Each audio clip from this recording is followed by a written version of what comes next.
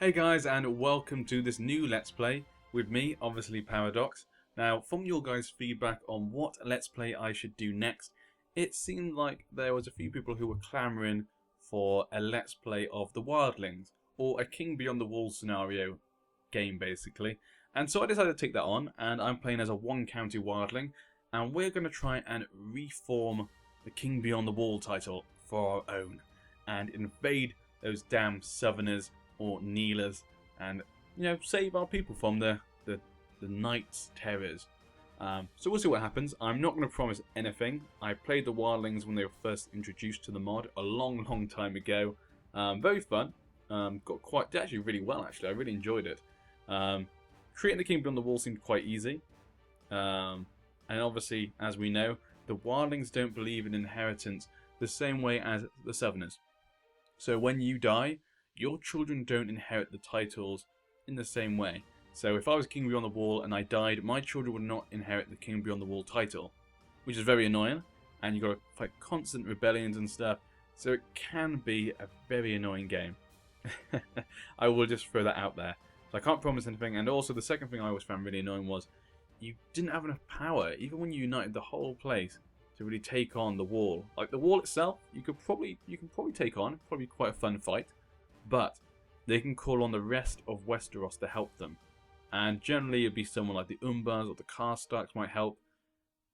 And if they do, you're screwed. The Umbars can basically call on as many men as the whole of the Wildlings. I'm not sure how realistic that is, but it happens. And that's really annoying. So yeah, I can't promise anything, but we'll see what happens. Like I say, it's always the journey. The journey is what is important. It's where our character goes, and what happens to our family and all the other people we face. Now obviously I'm going to reveal who I am in a second. Some of you may already know from the picture, but we all should know who he is. He's from the TV show and the books. So firstly what I'm going to say now is, if you have not watched the first 3 seasons of the TV show, please do not watch this series. I'm going to be talking about things to do with Wildlings and stuff which happened in the 3rd season. Also things to do with the books that lead up to the 3rd season. So don't worry, I won't talk about after the 3rd season from the books. But there's a few characters who are in the books at the point of the 3rd season who haven't been shown. Mainly because obviously, as we know, the TV show has many constraints. Particularly time. And they have so many characters already that it is basically almost impossible for them to actually show more. That they have to really break down any new groups of people. And not have as many people as are on the books. Which is a shame, because there's some really nice characters which I'll go through in a second. Because we're going to be facing them and stuff, and most of them are basically lords and stuff. But yeah, the guy I've chosen is from both, so that's good for you guys.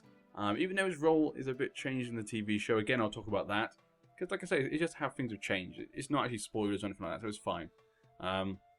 Not a big deal. But I would hate for someone who hasn't watched a TV show, the first 3 shows at least, first 3 seasons, sorry, at least. I would hate to ruin anything for them because, I don't want to do that to anyone. For me, the books and the TV show are great, and I'd hate to ruin it for anyone. I would have hated if someone did that for me, so I really don't want to be that person. So I'm warning you, it's your own safety. And also, if you're watching this, why haven't you watched the first 3 seasons? Go and watch them now. Quickly, go watch them. I'll be here.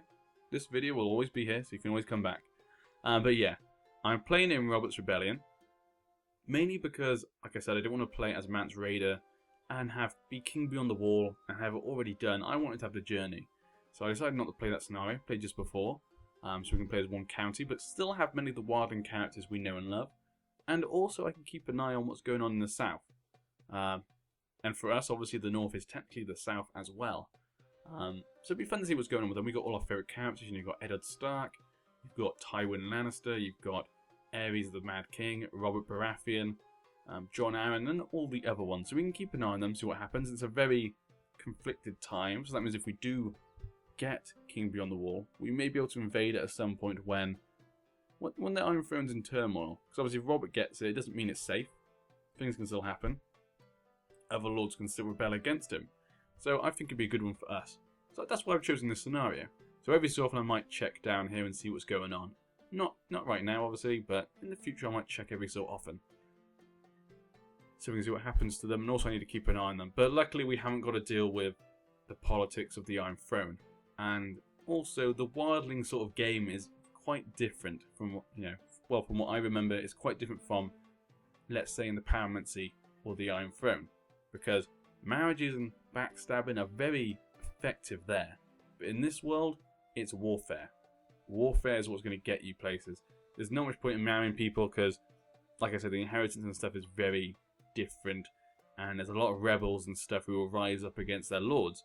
So if you marry into a family, your son may inherit, but it's very likely someone might rebel against his, stepfather or father-in-law. So yeah, it's not as effective. Warfare is by far the most effective, though we only have 225 men, which, if any of you guys know the Game of Thrones mod, that's hardly any men at all. But luckily for us, it's basically the same everywhere. So yeah, it's very, very equal. So it's mainly about who makes the first move. So I'm going to try and make the first move, try and expand as much as we can. But first I'm going to go over who I am and stuff, and sort out my stuff. Now, I am Tormund Giantsbane of Ruddy Hall. Now, you should know who he is. If you watch the TV show, you might not realise who he is. He's a very good fighter, as you can see. Huge as well. Skilled fighter as well, so he's a good military leader. And he's a good fighter. But he is the guy, if you watch the TV show, you know you've got Mance Rayder. You know you've got Ygritte. Shall we call her Jon's red-haired friend. You've got Orrel, the guy who can walk into the eagle. And then you've got this guy, the big, bushy beard guy. He's he goes off with Jon, Ygritte, and Orrel. He's the other guy, basically. But they don't really say his name much, I don't think. I don't remember them saying his name that much. You might not realise who he was, but that's him. And he's always been one of my favourite wildlings. He's just so over the top. His name is Giantsbane.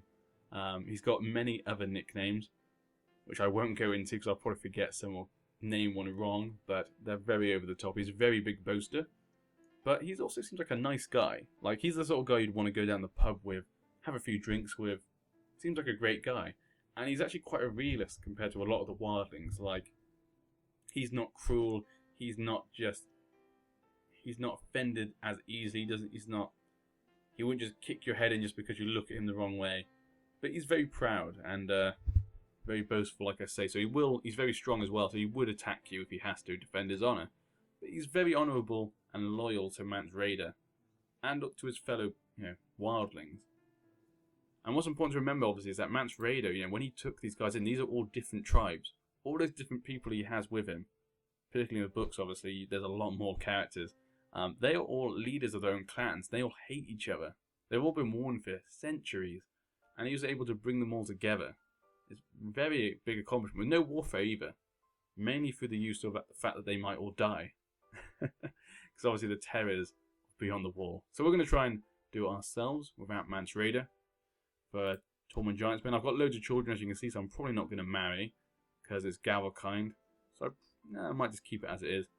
He's more of a hedonist anyway. He'll probably just take anything he wants, to be honest. So I'll probably stay with that sort of thing. And look at my council. Okay, not a very effective council. That's quite lackluster. I need a green seer. Now, obviously, a green seer is a person who has green dreams. Very much like Jojen Reed. Reed. Who's with Bran Stark. Basically a sort of advisor who can sort of use green dreams and stuff. So first we're going to need to get one of them. A green seer. There we go. I'll get things going so we can get the events popping up. Where are they? Oh, there we go. You are one of the free folk, who the kneelers of the south call wildlings. You do as you please and live free of the south's tyranny. I'll live free until my dying breath. Definitely. Okay. Your hunters have ridden out and brought back a green seer from one of the nearby villages. You'll serve me from now on, Arthur. Let's see, is he any good? Okay, he's okay. He's okay. He's got green dreams. Okay, we can make do with that. I better give people stuff to do. Oversee province. Fabricate claims. Don't really need that. We can just invade anyone we want. Well, we could before. I'm not sure if they changed that, but we could just invade everyone we want. Let me check. Wildling invasion. Beyond the wall, you get only what you earn. If your enemies cannot defend their lands, then they have no right to rule them. Okay, so it's very much the same as it was before when I first played. Okay. Okay, then we don't need you to do public claim. Improve relations. So descent.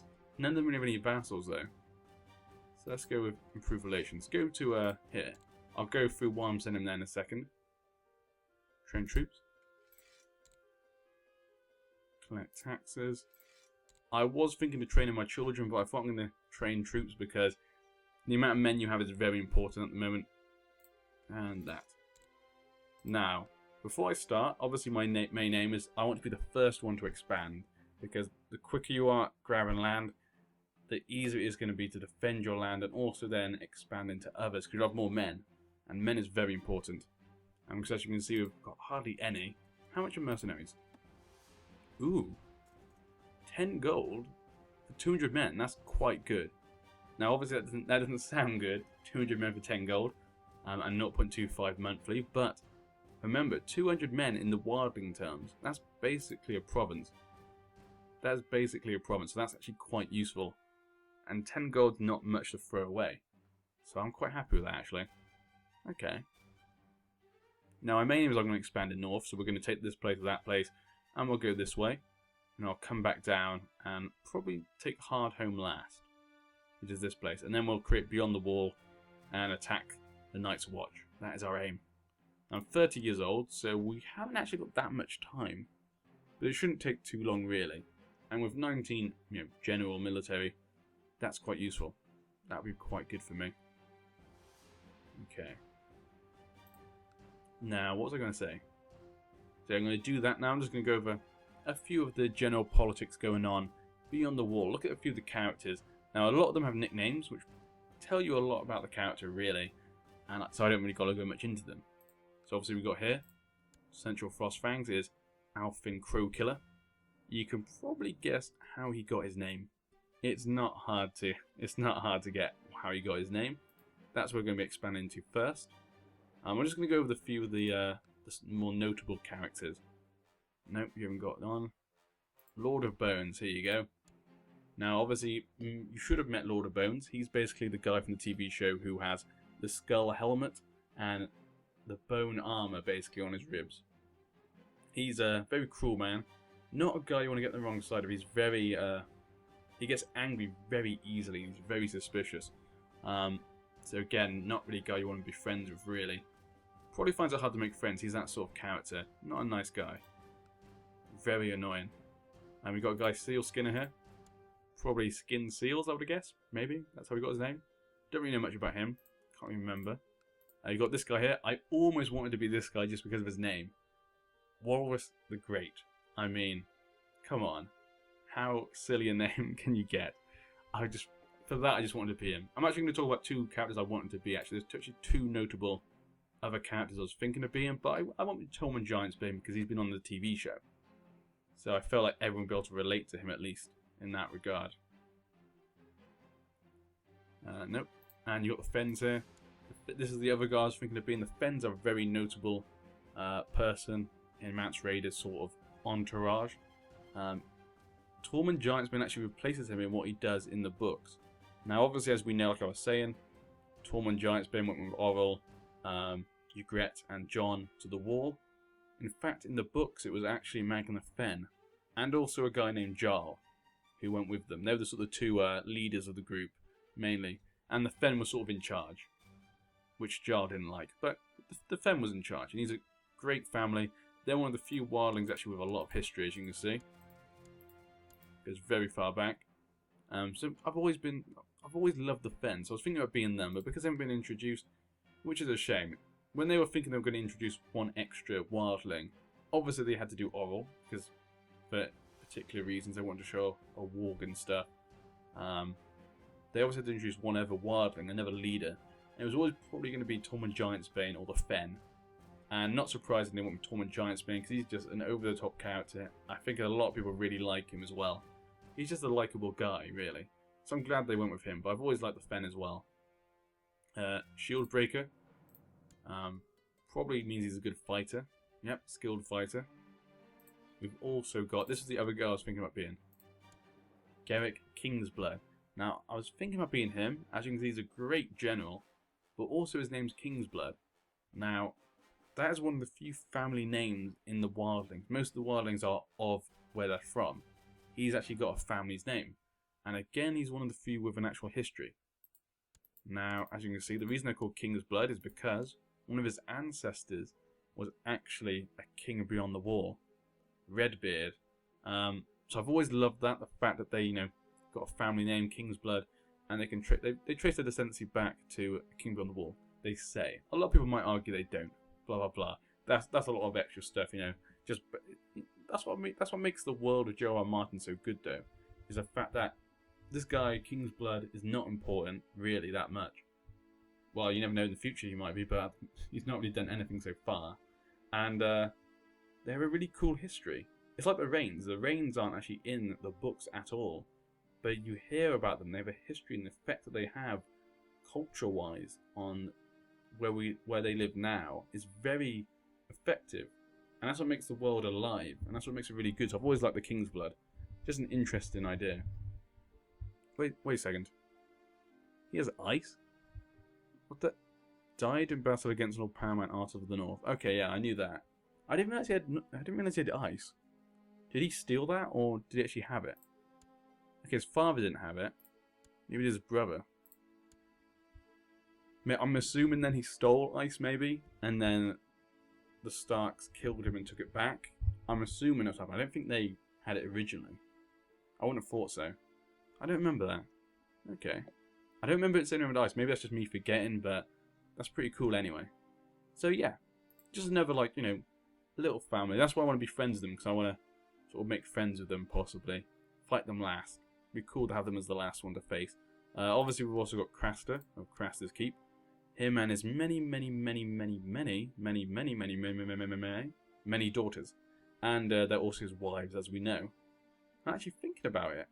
I wonder, if you play as him, can you have sons? Like, if you have a son, does it play out normally? Or is there a special event if you have a son?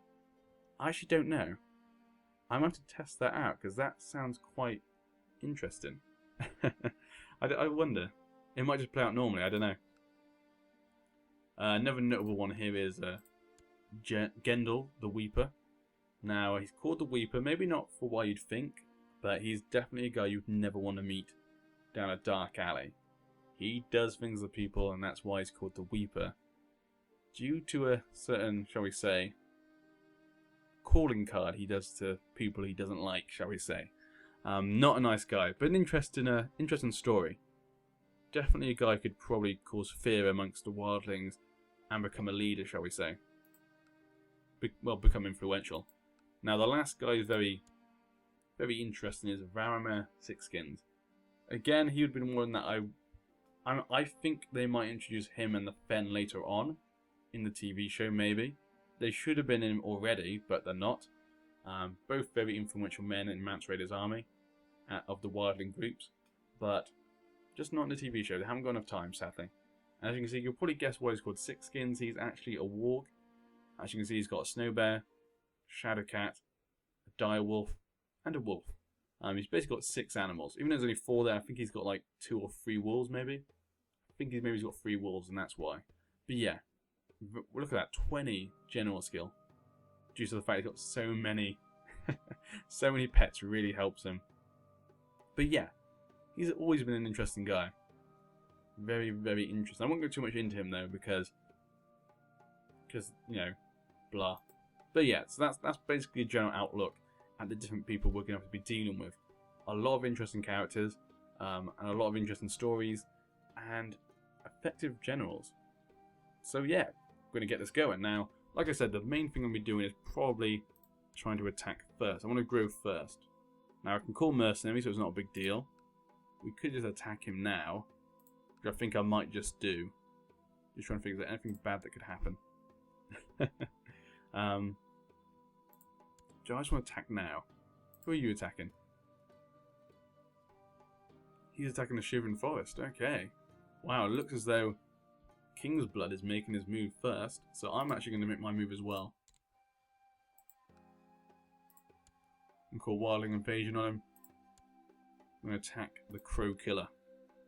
Now I need soldiers.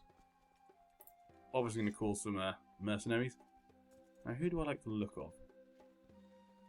Sigurd. Yeah, you're pretty good. You're a genius. Wow. That was a good choice. I'm going to pick you then. That should be enough. Okay, he's called his own men. What I'm going to do actually, I'm actually going to call an extra set of troops. I want to make sure I win the first one. If I lose this battle, let's say, because we've got equal men, that could be disastrous to my cause. So it's best if we try and actually win. Definitely win the first place. Even if it means all that money I've lost, it's worth it. Because once you have that extra place, you can basically sort of take on anyone. Now I'm going to make sure my morale is up. So we're going to wait for our morale to go up. And we'll attack.